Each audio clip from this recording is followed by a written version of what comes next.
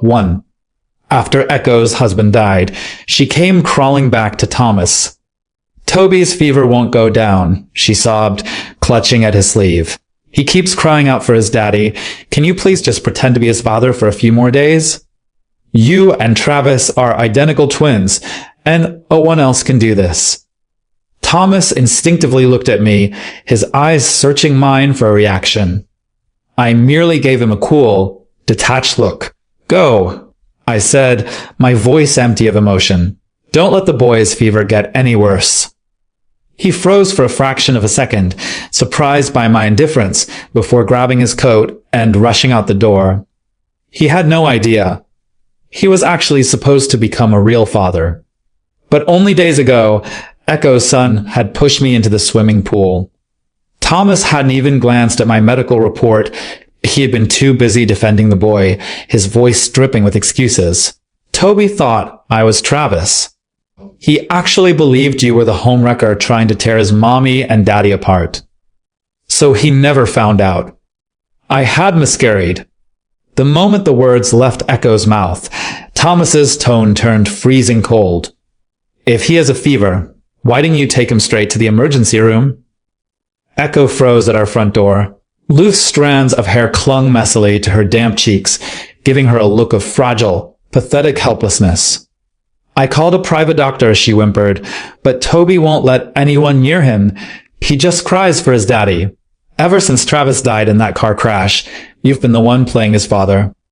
Now that you're not there, he's miserable." She tapped her phone screen, bringing up a video. A little boy, flushed and semi-conscious with fever, was sobbing weakly. "Daddy, I want my daddy." With every whimpering cry from the screen, Thomas's brow furrowed deeper. Echo tugged at the corner of his jacket, her eyes red and pleading. "I know you're married now, but please, just this once, help me again. You and Travis are identical twins. There is literally no one else who can play the part." Thomas glanced at his watch and instinctively turned to me. "Lori, I'm tired. I'm going to bed," I interrupted, my voice unnaturally calm. "They need you right now. Go on.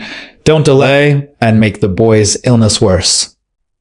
For a rare moment, Thomas's face went entirely blank.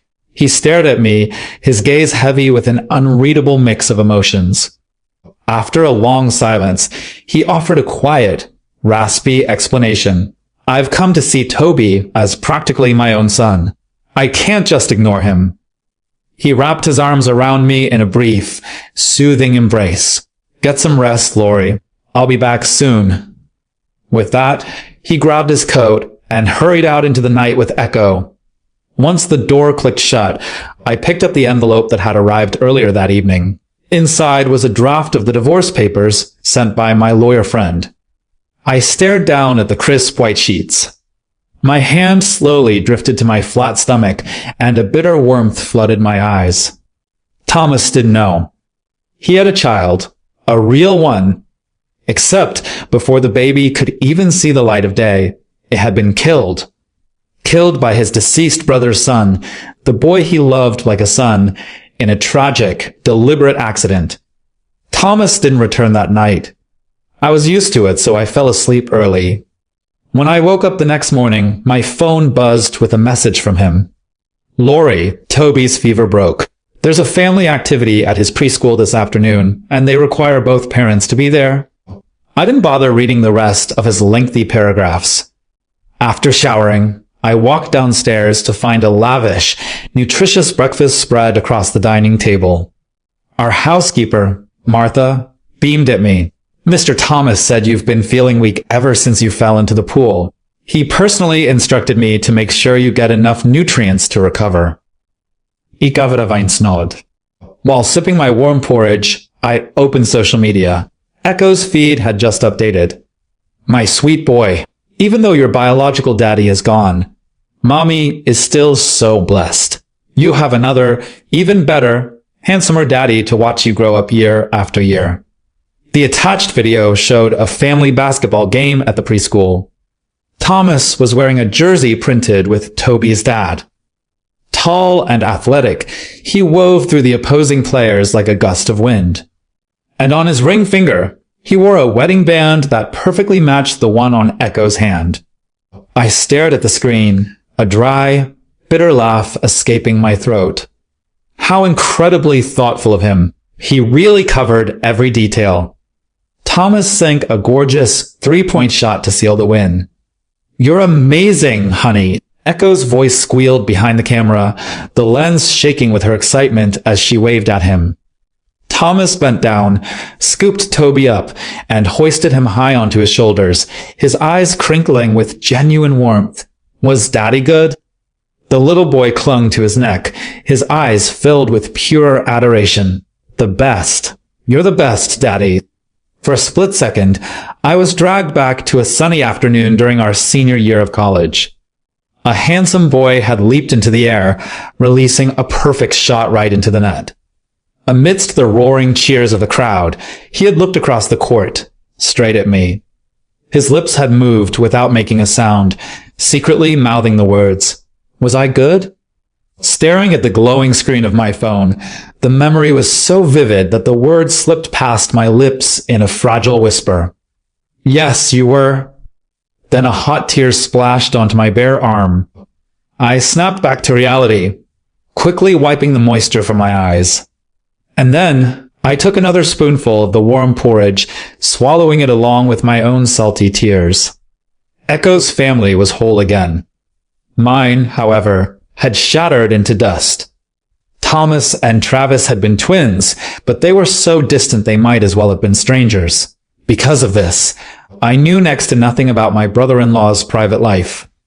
The day of Travis's funeral was the very first time I met Echo and her 5-year-old son, Toby.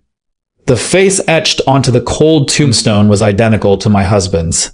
My eyes burned with a sudden, overwhelming grief. Amid the soft, mourning whimpers of the crowd, Toby suddenly broke free from Echo's grip. He toddled over on his little legs and wrapped his small arms tightly around Thomas's leg, asking in a sweet, innocent voice, "Daddy, why is everyone crying?" Thomas closed his eyes in agony, his hand trembling slightly as he stroked Toby's hair. Thomas wasn't the boy's father. But everyone standing around the grave remained dead silent. No one had the heart to shatter the child's illusion. Neither did I. Looking at the tiny, fatherless boy, my heart swelled with nothing but pity. I had no idea back then that a single moment of sympathy, a silent agreement to let this gentle lie play out, would completely ruin my life. After the funeral, Thomas and Echo started seeing each other constantly. Echo had lied to Toby, claiming his daddy was away on a long business trip overseas. But as the months dragged on, the lie became impossible to sustain. So she turned to Thomas. She begged him to step in as Travis, to accompany the boy just for a little while. "You and Travis are identical twins," she had pleaded. "No one else can be Toby's father." I had a delicate constitution and had struggled to conceive. After 3 years of marriage, Thomas and I still didn't have any children. Faced with his grieving nephew, Thomas had hesitated for only a brief moment before agreeing to this inappropriate arrangement. From that point on, our quiet nights were shattered. Every single night, Toby's voice calls would ring through the phone like clockwork. His tiny, high-pitched voice would drift out of the receiver. "Daddy, I miss you so much. I can't sleep. Daddy, when are you coming home?" One night, after we were woken up yet again, Thomas rubbed his tired eyes and leaned over to kiss my forehead. "I'll go quiet him down. Go back to sleep, honey." As soon as the bedroom door clicked shut, I slipped out of bed. I stood by the door, pressing my ear against the wood, listening in silence. "Yeah, Daddy loves you too," Thomas muttered. "Daddy, you can't just say you love me. You have to say it to Mommy too." The hallway outside suddenly fell into a dead silence. It was only a few seconds, but it felt like an eternity. Just when I thought the call was about to end, a deep, quiet voice drifted through the gap. "Echo, I love you." My mind went completely blank. Those words felt like a physical blow, striking my chest and shattering my heart to pieces. I didn't know when their call finally ended. All I knew was the physical sensation of the mattress dipping behind me as a cold body slid back under the covers, wrapping his arms around me out of pure habit. I pulled away, my voice trembling uncontrollably. "Do you love her?" Thomas froze, then let out a helpless, soft chuckle. I was just playing along for the kid. I couldn't blow my cover in the middle of a call. He pulled me closer. "Are you jealous?" That night, he showered me with sweet, apologetic kisses, whispering promises in my ear. "Lori, I love you. Only you." But the heavy, suffocating knot in my chest refused to dissolve. In a moment of petty retaliation, I secretly put Thomas's phone on silent. That was the night Toby went missing. Echo showed up at our house, furious. She slapped Thomas across the face with a resounding crack. "Why didn't you answer his calls? He thought you abandoned him and ran out to look for you." Thomas's eyes darkened as he cast a subtle, quiet glance in my direction. The red mark blooming on his cheek made his expression look incredibly cold. "I'm sorry," he muttered. "I'll find him." Thankfully, Toby was found sleeping soundly on a park bench, completely unharmed. When we got back to the house, Thomas shed his jacket and rubbed the bridge of his nose, exhaustion dripping from his voice. "Did you touch my phone?" I kept my composure and nodded. He quietly lit a cigarette, his eyes cold and distant. "If something had actually happened to Toby tonight, could you have lived with the guilt?" I threw the question right back at him. "And what about you? Are you really just trying to be a good uncle to your brother's son? Or was he planning to take care of the widow as well, keeping her warm in his bed?" The cigarette caught between Thomas's fingers paused in midair. "I'm Toby's father right now, Lori. That's my responsibility." My vision began to blur. I forced a smile and let the tears roll down my cheeks. "Right, of course." A cold war settled over our marriage. Thomas noticed my withdrawal and tried everything to win me back. Despite his packed schedule, he would find time to cook for me. Expensive jewelry began arriving at the house in various velvet boxes. But the knot in my heart remained. The delicious meals tasted like ash, and the diamonds sat untouched in their boxes. Thomas never truly understood the root of my silence. He continued to meet with Echo and Toby, treating their calls as perfectly normal obligations. I simply chose to ignore it all. One evening, Thomas was working late in his home office. His assistant had sent over some urgent documents, asking me to get them signed. When I pushed the door open, I found him on a video call with Toby. I masked my expression, laid the folder on his desk, and turned to leave. Suddenly, Toby's voice piped up from the phone. "Daddy, the lady next to you looks really familiar. Who is she?" Thomas's brow twitched, and his fingers froze against the mahogany desk. The room plunged into a suffocating silence. I was the one who broke the tension. "I'm his assistant," I said, leaning slightly toward the screen with a polite smile. "I work for your daddy." The moment the words left my mouth, the fountain pen in Thomas's hand slipped, clattering loudly against the floor. I bent down to pick it up, placing it neatly beside the document. My voice remained perfectly flat. "Please sign here, Mr. Thomas." His face was a mask of cold fury, but he signed the papers with hasty, messy strokes. I took the folder and turned to walk out. Behind me, the sweet, childish voice continued over the speaker. "Daddy, your assistant is really pretty, but Mommy loves you so much. You can't cheat on her, okay? Otherwise, Toby won't love you anymore."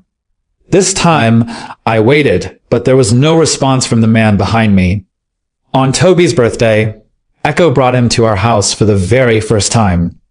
Excited to see his daddy, Toby clutched Thomas's arm, his eyes wide and bright. "Daddy, I love this house. Can Mommy and I move in here to live with you?" Echo stood nearby, her eyes gleaming with quiet anticipation, though she pretended to scold him. "Be good, Toby. We'd only get in the way of your daddy's work." Thomas instinctively looked at me. I was sitting on the sofa, working on my laptop, and didn't even bother to look up. After a long pause, his cold voice cut through the room. "No. I prefer peace and quiet."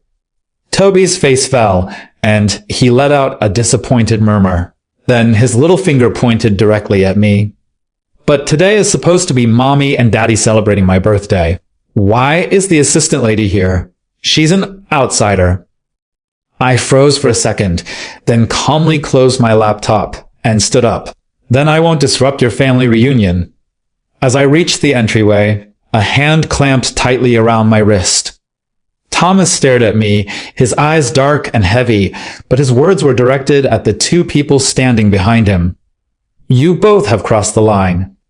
Echo turned pale. She quickly knelt down and scooped Toby into her arms.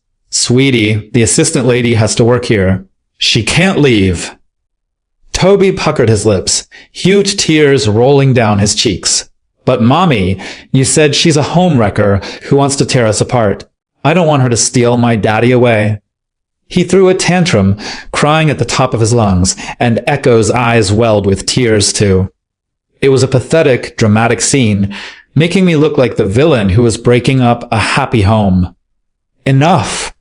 Thomas's voice was like ice as he glared at them. "Take him to the guest room. Don't come out until he stops crying." Once the guest room door slammed shut, blocking out the noise, Thomas pulled me into a fierce embrace. He held me so tightly it felt as though he wanted to fuse my bones with his. "Lori, I'm so sorry I didn't handle this well," he whispered, his lips brushing against my temple in a desperate, pleading gesture. "Please don't freeze me out anymore. If you're unhappy, I'll send them away tomorrow morning." I let out a dry, humorless laugh. "Make them leave now." "What?" "I want them out of my house right now."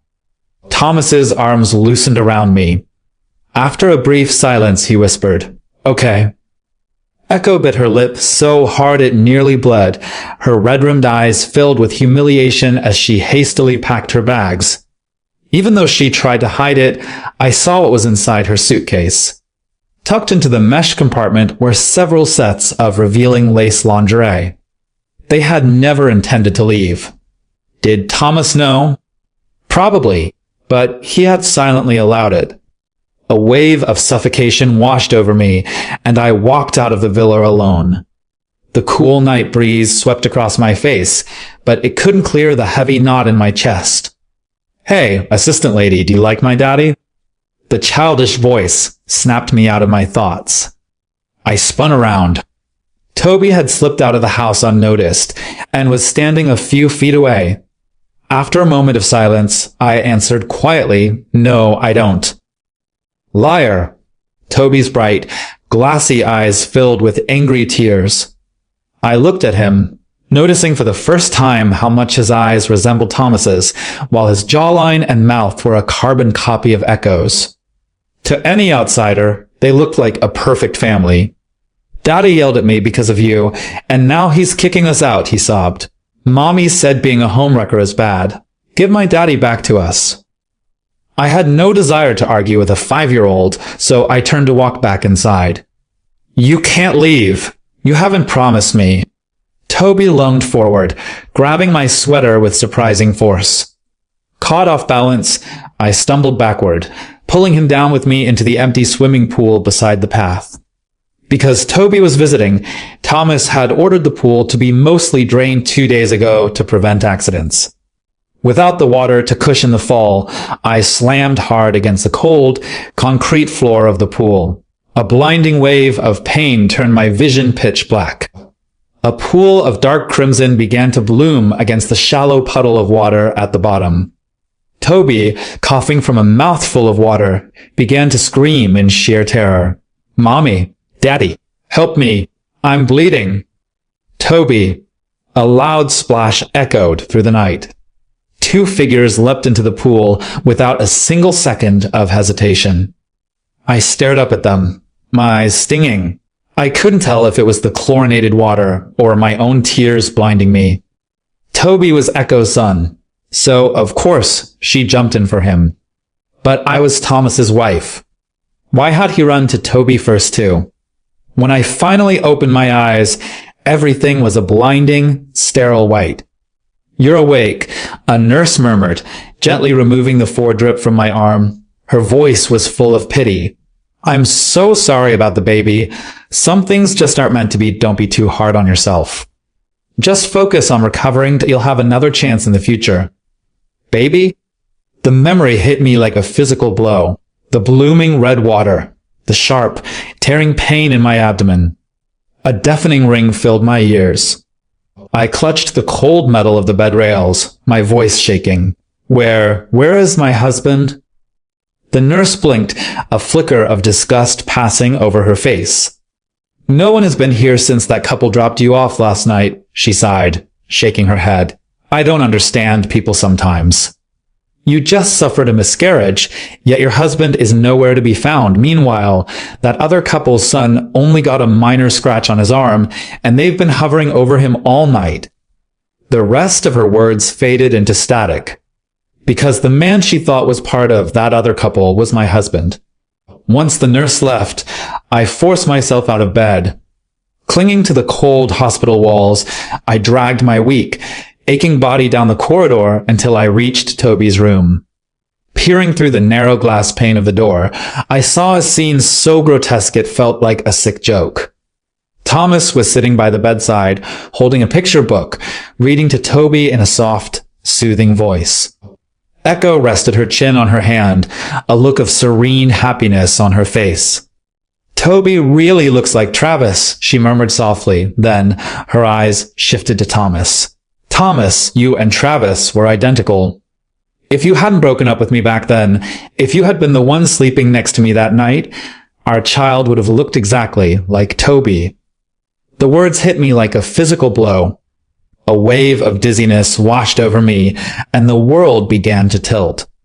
They had broken up? Thomas and Echo used to be together? "Thomas," Echo whispered, her eyes suddenly glistening with tears. "You've been mad at me for so long. Haven't you punished me enough?"